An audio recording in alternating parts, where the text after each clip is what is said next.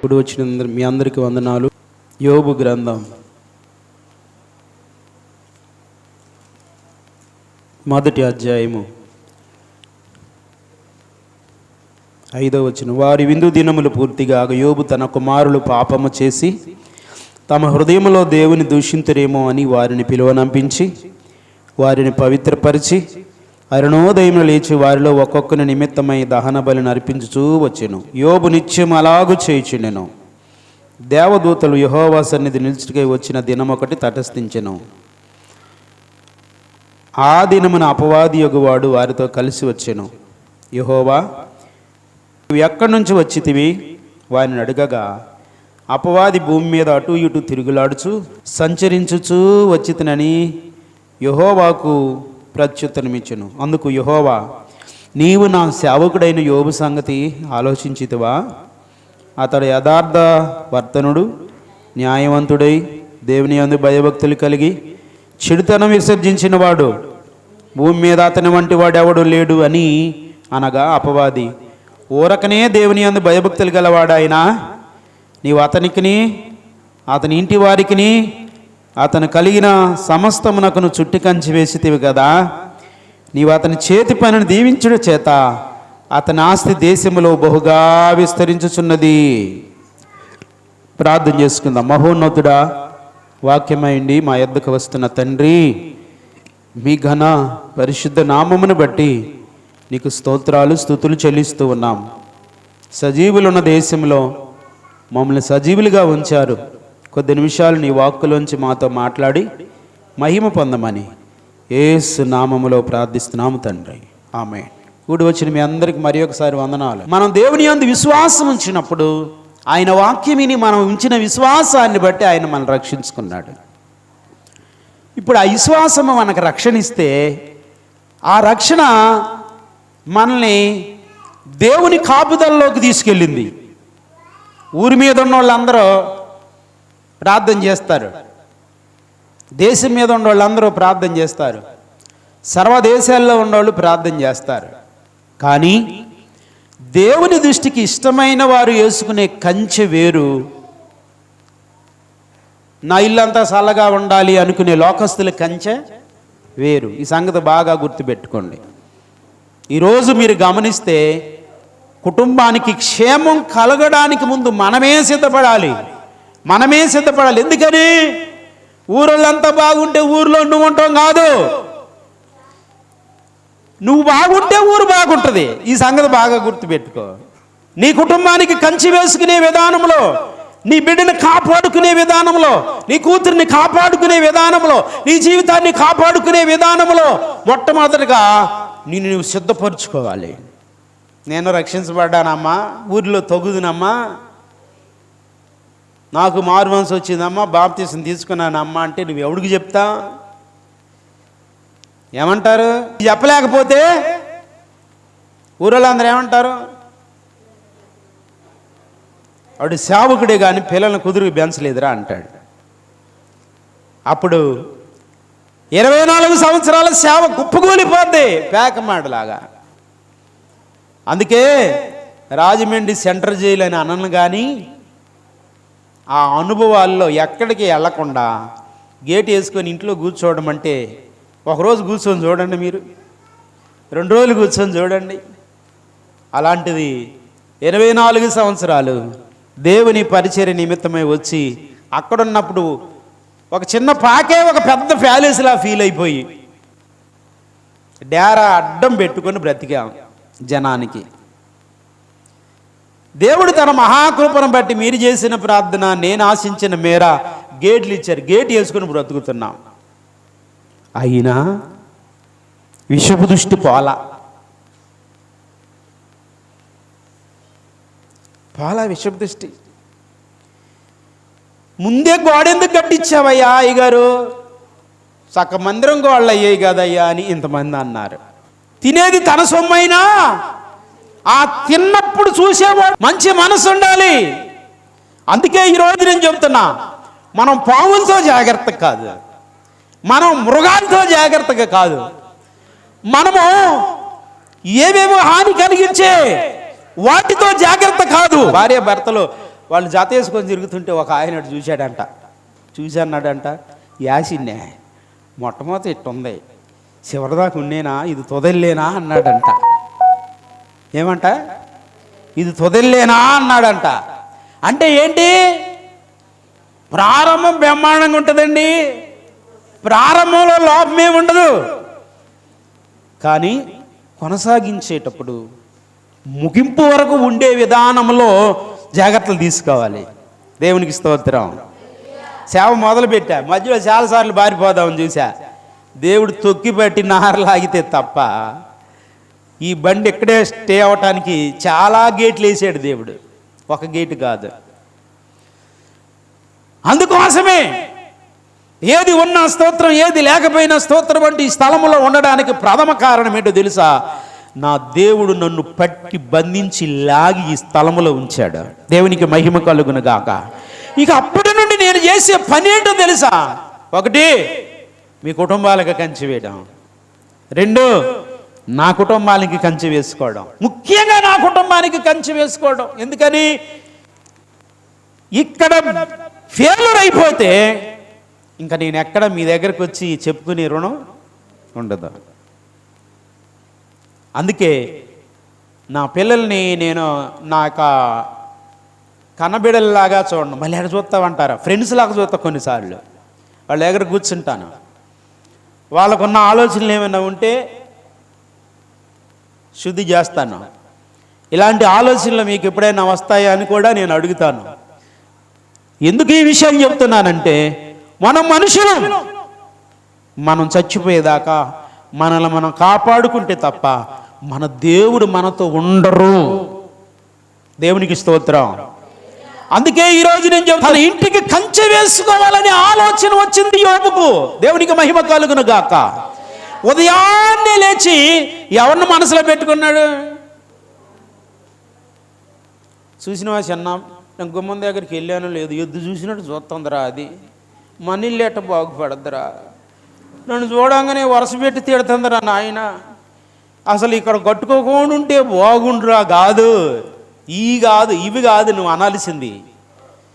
నీ ఇంటికి నీ కలిగిన దాని అంతటికి నీ కంచె వేసుకోగలిగిన ఒక తండ్రిగా, ఒక తల్లిగా, ఒకవేళ ఇప్పటికే నీ తల్లిదండ్రులు కంచె వేసుకోకపోతే ఎవరి జీవితంలోకి వస్తే, ఎవరో వచ్చినటువంటి జీవితంలో నువ్వు ఒక మంచి వ్యక్తిగా ఉండి నీటికి కంచె వేసుకో. అలా కంచె వేసుకునే క్రమంలో ఒక చిన్న లోపం జరిగిందంట. ఇంత కంచె వేసుకుంటున్నాడు, ఇంత నీతిగా ఉంటున్నాడు, ఇంత యథార్థంగా ఉంటున్నాడు, అయినా దుష్టుడు ఇంటి చుట్టూ తిరగటం ఆగల. అమ్మ, వచ్చే గాలిని ఆపుతామా? ఎవరైనా ఆపగలరా? సూర్యుడిని ఆపుతామా? ఆపగలరా? వాన వచ్చిద్దా? ఆపగలరా? కొన్ని ఆపలేని ఉంటాయి. అలాగే మన ఇంటి చుట్టూ తిరిగే సాతాన్ని కూడా మనం ఆపలేము. అమ్మ వింటున్నారా? మన ఇంటి చుట్టూ సాతానుడు తిరుగుతూ ఉంటే, అరే కర్ర తీసిపోతున్నా అక్కడ ఉండరా అంటే వాడు కనపడతాడా? కర్రతో కొట్టుడా, కత్తితో పొడిచేవాడా? వాడు ఎవడు చెప్పండి? ఆత్మ రూపంలో మనకు తెలియకుండా మన కొంపకు నొప్పి పెట్టేవాడాడు. కనబడే మనుషుడైనా వాడు అంతరంగాన్ని మనం కనిపెట్టి జాగ్రత్తగా ఉండొచ్చేమో, కానీ ఇప్పుడు మొట్టమొదటి కంచి నువ్వు దేనికి వేసుకోవాలి అంటే, నీ పిల్లలకి, నీ ఆస్తికి, నీ భర్తకు, స్త్రీ అయితే పురుషుని పక్షాన, పురుషుడైతే స్త్రీ పక్షాన, పిల్లల పక్షాన, కుటుంబ పక్షాన మనము కంచె వేసుకోవాలి. చేతులైతే దేవునికి స్తోత్రం చెప్దాం. ఒకవేళ అలాగే చేయకపోతే ఈ రోజు నుంచైనా మీరు మీ కుటుంబాలకు కంచె వేసుకునే క్రమంలో ఉండాలి. కంచె వేసుకుంటూ కూడా నెగిటివ్ థాట్స్, నెగిటివ్ ఆలోచనలు మీలోనికి వస్తాయి. ఇప్పుడు సపోజ్ వెళ్తా ఉన్నాం, మనకు సెంటిమెంట్లు మనుషులు, మనం మెంటల్ మనుషులు, మనం సెంటిమెంట్ మనకే. వెళ్తా ఉన్నప్పుడు ఎవరో భర్త లేనా ఎదురుకు వచ్చింది, పిల్లి ఎదురుకు వచ్చింది, నల్లని జంతువు ఏదో ఎదురు వచ్చింది. నీ సెంటిమెంటు, నీ ముండ మెంటల్ ఏంటో తెలుసా? నీ తల్లిదండ్రుల దగ్గర నుంచి నువ్వు నేర్చుకున్నావు కొన్న ఇడిచిపెట్టాలి. నీ విశ్వాసంలో నీ వణుకు, నీ విశ్వాస జీవితంలో నీ వణుకుడు సాతానుడు చూడకూడదు. నీ వణుకుడు సాతాను చూశాడనుకో, లైన్లోనే ఉందలే ఏదో ఒక రోజు అంటాడు. నువ్వు అప్పుడేమనాలి? ఎవడు నువ్వు అంటూ ఊరుకోడాడు. ఆడు ఎవడు గద్దిస్తే పోతాడు? సర్వశక్తిన దేవుని పిల్లలు గద్దిస్తే పోతాడు. దేవుని ఆత్మతో నింపబడిన వారు గద్దిస్తే పోతాడు. అందుకే మొట్టమొదటిగా నువ్వు చేయవలసిన పని ఏంటంటే, మీరు ప్రాచీన స్వభావాన్ని సిలివేయాలి. ఈ కుటుంబానికి ఉదయాన్నే లేచి ప్రార్థన చేసి కంచి వేసుకునే క్రమంలో నువ్వు విడిచిపెట్టవలసినవి కొన్ని ఉన్నాయి.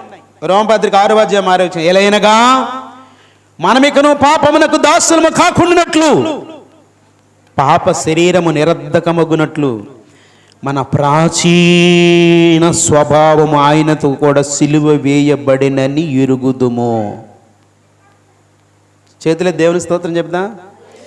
ఏంటి నీకున్న నమ్మకాలు, నీకున్న భయాలు, నీకున్న ఆలోచనలు సిలువేయబడ్డాయా?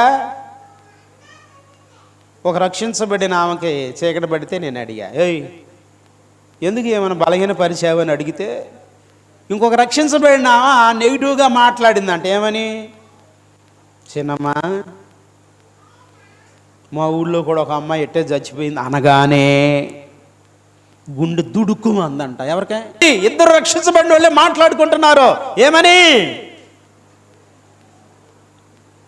నీకు వచ్చినట్టుగానే బలహీనత మా ఊర్లో ఉండే ఆమెకు కూడా వచ్చింది, ఆమె కూడా మాకు బంధువే.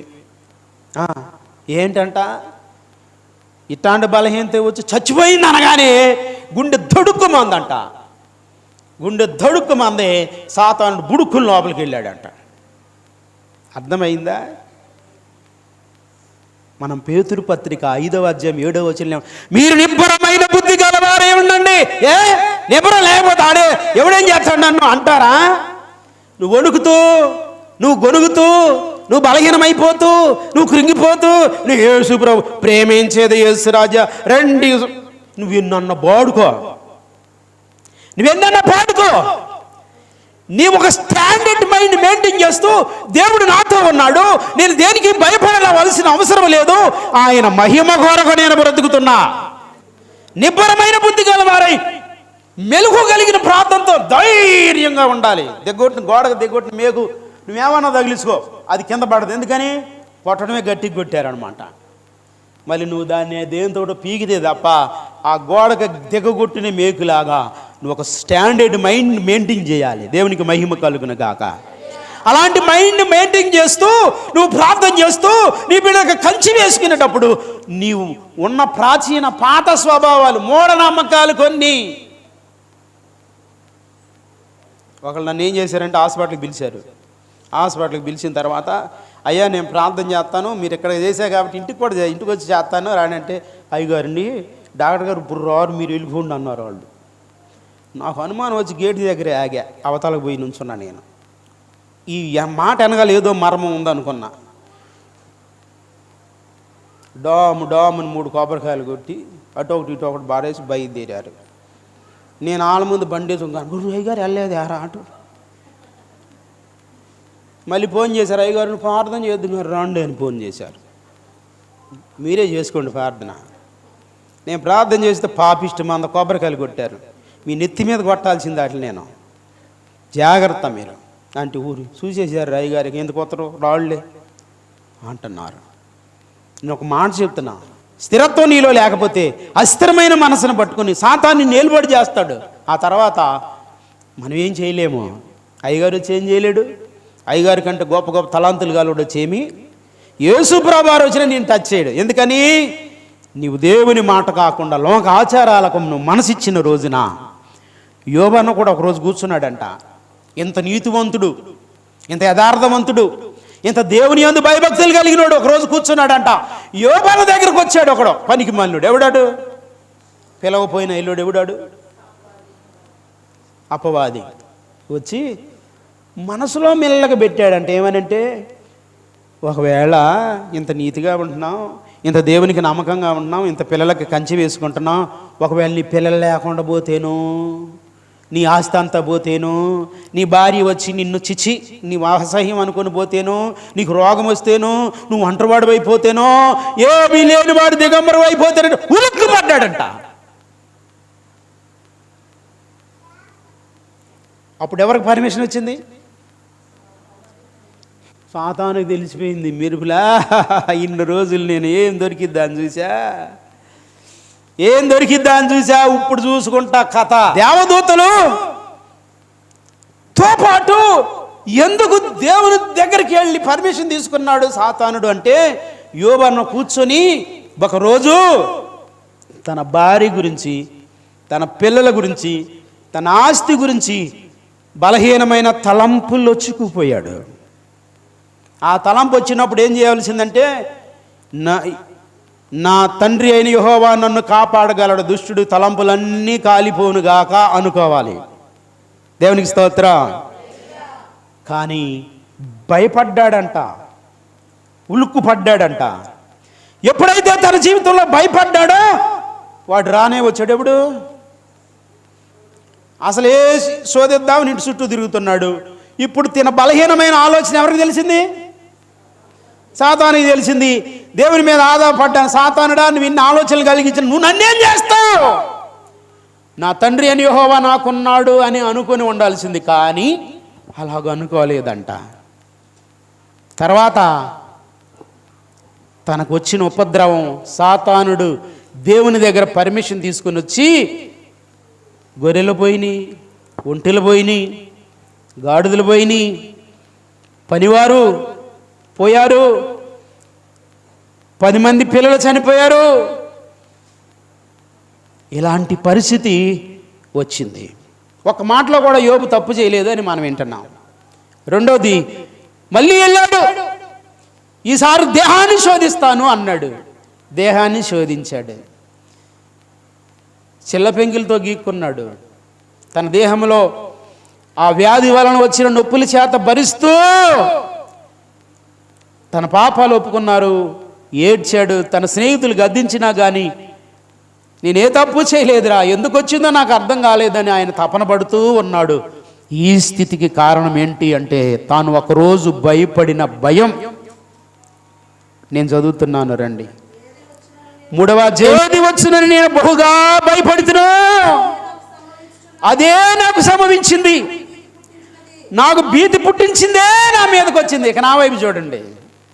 ఇంట్లో కూర్చున్నప్పుడు ఈ కాలు నొప్పు, ఈ కాలు పొరపాటున లేకనేయకుండా సచ్చేదాకా ఇలాగే ఉంటుంది అని సైతాన్ని చెవిలో చెప్తున్నాడు. అప్పుడు నువ్వేం చేయాలి? అరే ఎవడరా నువ్వు, బాధ వస్తుంది వెళ్ళద్దే, వచ్చిన బాధ గురించి నేను ఎక్కడే ఉంటాననే. దైవ సేవకురాలకి శ్రమ వచ్చింది. ఆ దుష్టుడు చెప్తున్నాడంట, ఇదిగో ఇలా బలహీనమైపోతూ నువ్వు కోమాలోకి వెళ్తావు అని చెప్తున్నాడు. ఇప్పుడు ఆడు 10 సార్లు కోమాలోకి వెళ్తావు అంటే, ఇప్పుడు ఈ పేషెంట్గా ఉన్నాం, కోమాలోకి వెళ్ళిపోవాలి. ఆడు హిప్నాటిజం కూడా చేస్తాడు దుష్టుడు. ఆడు నేనంటున్నా, ఎదురు కూర్చొని నువ్వు కోమాలోకి వెళ్ళటంలా దేవుని శక్తిని పొందుకోబోతున్నావు. దేవునికి మహిమ కలుగునుగాక. నీవు దేవుని శక్తిని పొందుకోబోతున్నావు. నువ్వు భయపడవలసిన అవసరం లేదు. మనకు తోడై ఉన్న దేవుడు మనకు ఆయన మహిమను చూపిస్తాడు. దేవునికి మహిమ కలుగునుగాక. కడుపులో కదా నీకు నొప్పి, కడుపులో పేగులన్నీ కుళ్ళిపోయి అని చెప్తున్నాడు పనికి మాలినోడు. అప్పుడు నేను అదే పొట్ట మీద చేయబెట్టి, స్టమక్ మీద చేయబెట్టి, అన్నీ క్షేమంగానే ఉన్నాయి, ఇది దుష్టుని ఆలోచన, వాడు బంధించబడును గాక. నువ్వు చచ్చిపోతావు. ఆ పనికి మాలినోడు ఏమేమి చేశాడో ఆ బాగుజాతలో చెప్పాడు. ఏంటి అంటే, వాళ్ళు మంత్రపు ముగ్గులేసి ఒక శక్తిని ప్రదర్శించి బలిపీఠం దగ్గర ఉన్న చూసిన విషయాలు చెప్తున్నా. వాళ్ళు దాన్నంతా ఊడ్చి నీళ్ళల్లో కలిపారు. అంటే బాగుజాత చేసినప్పుడు నీళ్ళల్లో కలిపే వాళ్ళందరూ చచ్చిపోతారు. అది లెక్క. నా దేవుడు నీళ్ళలో కాదు, ఆడిని నీళ్ళలో ఇస్తొచ్చాడు. దేవునికి మహిమ కలుగును గాక. ఈరోజు నేను చెప్తున్నా, నీ మీద ఎలాంటి విషప్రయోగాలు జరుగుతూ ఉన్నా నీ దేవుడు నిన్ను విడిచిపెట్టుకునే దేవుడు కాదు. ఈలాగా అమ్మో నా భార్యకు అమ్మలోకి పోద్దంట, నా భార్యకి ఏదో అయిందంట అని గొడ్ల చింపుకొని కనుక నేను పరుగులెత్తి ఆ డాక్టర్ వైపు ఈ డాక్టర్ వైపు గంతులేసినట్టయితే ఈరోజు నా భార్య నా ఎదుటుండేది కాదా. ప్రార్థన బలంగా చేస్తూ ఉంటే ఇదిగో నీకు ఇంత జరిగినా కానీ సిగ్గు రాలేదా అంటుంది. ఎవరే నువ్వు మాట్లాడేది అంటే నేనే వెలుగుదూతనే, నీ తండ్రి దగ్గర నుంచి పడిపోయిన వెలుగుదూతనే నేనే. నువ్వు ఏస్తున్నావు, నువ్వు లేకుండా పోను కాకంటే అది అంటది కదా. నువ్వు లేకుండా పోతే ఈ పరిచర్య జరగకుండా ఉంటే ఇదంతా నా హస్తగతం అయిపోవాలని నేను చూస్తున్నా. నువ్వు వచ్చి అందరిని రక్షిస్తావా? మిమ్మల్ని రక్షించడానికి వస్తే నేను ఇన్ని పాటలు పాడుతుంటే మీరు వచ్చి ప్రార్థన చేయాలని నేను చాలాసార్లు కోరుకున్నా. ఎవరో ఇటు రాకపోతే నేను మనసులో కూడా మిమ్మల్ని గురించి బాధపడ్డా. నేను శోధించబడుతున్నప్పుడు, నా భార్య శోధించబడుతున్నప్పుడు అది మాట్లాడుతుంది, పిల్లల్ని కాపాడుకుంటున్నావు, భార్యను కాపాడుకుంటున్నావు, డాక్టర్ రాకుండా చేసింది ఎవరు అనుకున్నావు? నేనే. అప్పుడు నేను అన్న మాట ఏంటో తెలుసా? నువ్వు ఈ లోక సంబంధమైన డాక్టర్ని రాకుండా చేసావు సాతానా. డైరెక్ట్గా నేను మాట్లాడుతున్నా. లూసిఫర్, నా తండ్రి యొద్ద నుంచి పడిపోయావు నీవు. నా తండ్రి నీకు నరకం నిర్ణయించాడు. నేనెట్లా సృష్టించబడ్డావునో నువ్వు కూడా అట్లాగే సృష్టించబడ్డావు. నువ్వు తండ్రి స్వాధీనంలో ఉన్నావు. ఇప్పుడు ఆ పరమ డాక్టర్ వచ్చాడు, లోక సంబంధమైన డాక్టర్లు రాలేదు, నువ్వు నన్ను ఏం చేయలేవు అన్నాను. దేవునికి మహిమ కలుగును గాక. ఎక్కడ వనకలా డీడీగా పోట్లాడుకున్నట్టు డీడీగా మాట్లాడుకున్నాం. నిరంతరము నిజ సేవకుణ్ణి, నిరంతరము నిజ సంఘాన్ని, నిరంతరము నిజ విశ్వాసిని భూమట్టం చేయాలని సాతాను చూస్తున్నాడు. నువ్వు నిజమైన విశ్వాసం అయితే నిన్ను భూమిలోనికి అదో పాతాళానికి తొక్కాలని దుష్టుడు చూస్తా ఉంటే నీ మొండితనాన్ని, నీ పెంకితనాన్ని, నీ మూర్ఖతనాన్ని, నీ అజ్ఞానాన్ని దేవుడు ఎంత చెబుతున్నా నీ బలహీనతల్ని ఏదన్నా అయినా కానీ గుండె గాబరా పడిపోయి టెన్షన్లు పడిపోయి భూమి మీద నువ్వు ఒక్కదానివే, నువ్వు ఒక్కడవే ఉన్నట్లుగా ఫీల్ అయిపోయి నీ దేవుని సంబంధాన్ని మర్చిపోతున్న మన సంగతి ఏంటి అని అడుగుతున్నా. ఆరాధనలో యోబు లాంటి నీతివంతుడే ఉలుక్కు పడ్డాడంట. వాడు వచ్చాడు, వాడు పర్మిషన్ అడిగాడు, కొంప కొల్లేరు చేశాడు. ఈరోజు నీలో ఏ నెగిటివ్ థాట్స్ వస్తున్నాయో, ఏ బలహీనమైన పిచ్చి ఆలోచనలు వస్తున్నాయో, నా కాలు బాగోదు, నా ఇల్లు బాగోదు, నేను పైకి రాలేను, నా పరిస్థితి ఏమవుతుందో, నేనేమవుతానో అని దీర్ఘాలు తీస్తున్న నీ దరిద్రాన్ని విడిచిపెట్టు. వాక్యం ఏం చదివాం మనం? ఎప్పుడైతే రోమపత్రిక 7వ అధ్యాయం ఎప్పుడైతే దేని చేత నిర్బంధించబడితేనో దాని విషయంలో చనిపోయిన వారమై ధర్మశాస్త్రం నుండి విడుదల పొందితిమి గనుక మనము అక్షరానుసారమైన ప్రాచీన స్థితి గలవారము కాక ఆత్మానుసారమైన నవీన స్థితి గలవారమై జీవించుచున్నాము. రోమపత్రిక 7వ అధ్యాయం 6వ వచనం. ఎలా జీవిస్తున్నామంట? ఇదివరకు ఎదురొస్తే, ఇదివరకే ఏదో నమ్మకం పెట్టుకుంటే, ఇదివరకు ఇల్లు ఉందంటే, ఇదివరకే ఎదవరాలు ఎదురొచ్చిందంటే, ఇదివరకు ఏదో జరిగిందంటే నువ్వు వాటికి నీ పద్ధతి కలిగి ఉన్నావు. మత్తగారు మామగారు మాంసం తీసుకొస్తే అవగలరా అని ఇంత నుప్పుకొరసాక అక్కడ ఎత్తే ఆ నుప్పుకొరసాకు దాటు చూడు అనమాట మా మామయ్య గారు. ఇప్పుడు ఆ నుప్పుకొరసాకు చూడంగానే శక్తి ఏం చేసిందంట? మాట్లాడరే ఆడు ఆ నుప్పు కోసం చూస్తే పారిపోతరా, లక్కిస్బాబు పెడితే పారిపోతరా. ఉడిని తలగా పెట్టాడు మా నాన్న మెల్లగా తీసుకొచ్చి, నాన్న ఏంటిదే అంటే, అరే నీకు తెలియదు ఆగరు, దెయ్యం పోవాలంటే అది పెట్టాలి, కుతంత రక్కిస్పప్ప ఇంత ముక్క, ఊడిని తలగా ఇంత ముక్క, తాంబేలు బుర్ర, ఇవన్నీ ఆపుతాయా? ఈరోజు నేను చెబుతున్నా, నీ దేవుడే సమస్తం ఆపగలిగిన వాడు. దేవుడు, నువ్వు బ్రతుకుతుంటే నీ క్షేమాన్ని కోరుకున్న దేవుడు, నువ్వు చస్తూ ఉంటే రేపొద్దున పర్మిషన్ ఇచ్చేది కూడా నీ దేవుడే. దేవునికి స్తోత్రం. ఆయన సెలవు లేకుండా సాతానా నీవు నన్నేమీ చేయలేవు, ఈ గుండె ధైర్యం ప్రతి ఒక్కరికి ఉండును గాక. ప్రార్థన చేయమంటే సరే నీ నమ్మకం కోసం వస్తాలని ప్రార్థన చేయడానికి పోతే నల్ల తాడు ఒకటి కట్టింది కాలుకి, ఎడం కాలుకి. నేను అన్నా ఏంటది అన్నా, తాడు కడితే పోద్దంటే మరి ఇంకా నేనేందుకు దరిద్రం మళ్ళీ ఆ దరిద్రాన్ని ఎట్టాగ నెత్తి మీద వేసుకున్నావు కదా, నల్ల తాడు కడితే నీ కొడుకు బతుకుతాడని నమ్మకం నీకు ఉన్నప్పుడు మరి దాన్నే కట్టుకో. తీయమంటారుండి, మరి తీసా కడతారుండి అని అడిగా. మరి అంటే ఏమంటే టైగర్ ఇట్ట అంటే ఏం చేద్దాం, మీరు నిర్ణయం చేసుకుని నాకు ఫోన్ చేయండి అని ఐబు లేకుండా వచ్చేసా. ఎందుకు ఈ విషయం చెప్తున్నానంటే నీ నమ్మకాలు నిన్ను కట్టబో, నీ శాదస్తం, నీకున్న మూఢనమ్మకాలు నీ పితరుల ద్వారా వచ్చింది ఏది నీ పిల్లలు బాగు చేయదు, నిన్ను బాగు చేయదు. ఒక్క మాటలో చెప్పాలని నీ కుటుంబానికి అది క్షేమం కాదు. చేతులెద్దా, దేవునికి స్తోత్రం. నా యందు మీరు, యోహాను సువార్త 15వ అధ్యాయంలో 7వ వచనం చదువుతా ఉంటే ఏముంటుంది అక్కడ, నా యందు మీరుండాలి, మీ యందు నా మాటలు ఉండాలి, అప్పుడు అడుగు నేనిస్తా ఏం కావాలన్న. చేతులెత్తి దేవుని స్తోత్రం చెబుదా. ఈ భాష నీకు అర్థమవుతుందా? తెలుగేగా, ఇంగ్లీష్లో మాట్లాడుతున్నానా? ఏముండాలి మనకి? దేవుని మాటలు హృదయం నిండా ఉండాలి. నా తండ్రి ఉన్నాడు. నేను చెప్పాను సాతానుతో, ఈ డాక్టర్ రాలా ఆ డాక్టర్ రాలా చేసింది ఇవ్వడం కొను,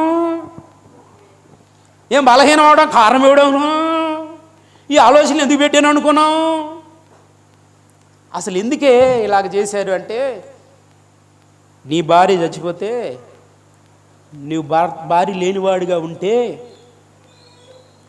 నీ భార్య చచ్చిపోతే భార్య లేనివాడిగా ఉంటే శుభకార్యాలకి నిన్నెవడు పిలవడుగా అంటుంది దెయ్యం. నేను సాతానుతో పోరాడుతా ఉన్నా, మీరు నాతో కూడా ప్రార్థన చేయండి. జయమైతే చచ్చేదాకా మనకి దేవుడు ఇస్తున్నాడు. దేవునికి స్తోత్రం.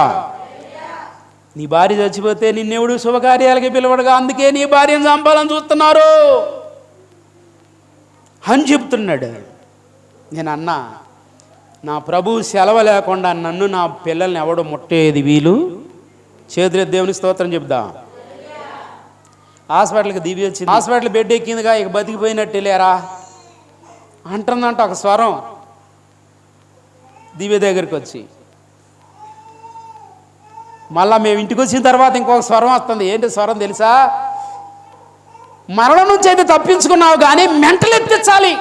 మందిరం అంతా మెంటలు ఎత్తినట్టు తిరుగుతా ఉంటే అయ్యగారు ప్రార్థన చేస్తే మెంటలు వచ్చిందిగా, ఏం స్వస్థత వచ్చింది అనాలని ఆ దుష్టుడు ప్లాన్ చేశాడంట. ఓ నా ప్రియమైన దేవుని పిల్లలారా, ఇంత సాతాను వల మన చుట్టూ పన్నిన దుష్టులు లయమైపోనుగాక.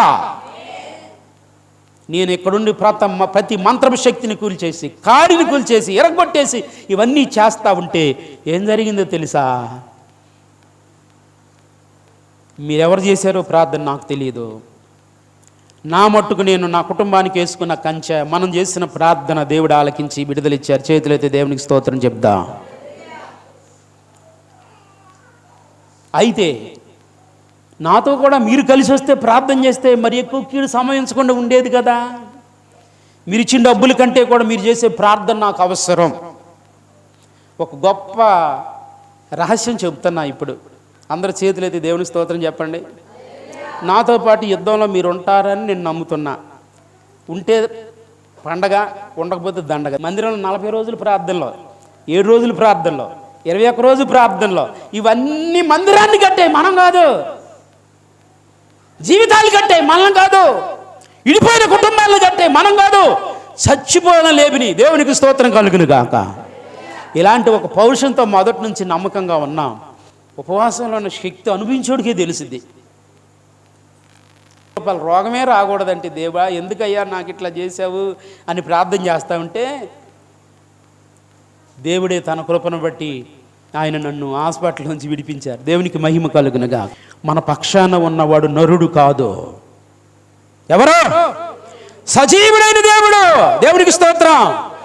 రోజు కంచి వేసుకోవాలి నువ్వు. రెండోది, కంచి వేసుకుంటున్నప్పుడు నీకు అపనమ్మిక రాకుండా జాగ్రత్త. నువ్వు ఎంత ప్రార్థన చేసినా మీ ఆయనకు తప్పదు అందనుకో, నువ్వేం చెప్పాలి? అవి ఏంటిరా నాతో మాట్లాడుతున్నావు, ఒకసారి మాట్లాడరా, నీ భార్య నీ ఎంత ప్రార్థన చేసినా నీ కుటుంబాన్ని ఫలాన్ని కీడు తప్పదు అన్నాడు అనుకో, అన్నీ ఏమనాలి? గుండె డామునని, అన్నయ్య గారుండి రాత్రి నాకు ఎట్టాను వినపడ్డదండి. నువ్వు భయపడినప్పుడే అది నీకు సుడిగుండంలాగా నీ మీదకి వచ్చింది. నేనేం చేశాను? ఇప్పుడు ఏం చేశాను? కనుక ఇలాంటి బలహీనమైన మనసు పెడతాడు దుష్టుడు, జాగ్రత్త, అది రాకుండా కంచి వేసుకోండి. రెండోది, అక్కడ ఏమని రాయబడింది? భూమి మీదకి వచ్చి అడ్డు ఇటు తిరుక్కుంటాడు. ఆయన అయోబన కోసం వెళ్ళాడంట. అయితే ఇప్పుడు ఏం జరిగింది అంటే, దేవుడు పర్మిషన్ ఇచ్చాడు, యోబుని శోధించాడు. తాను అంటున్న మాట ఏంటంటే, యోబు ఇంటి చుట్టూ నువ్వేమేశావు? చేతులెత్తి దేవుని స్తోత్రం చెప్దాం. నువ్వు నమ్మకంగా ఉంటే నీ ఇంటి చుట్టూ కంచె ఉందని సంగతి నీకు తెలుసా?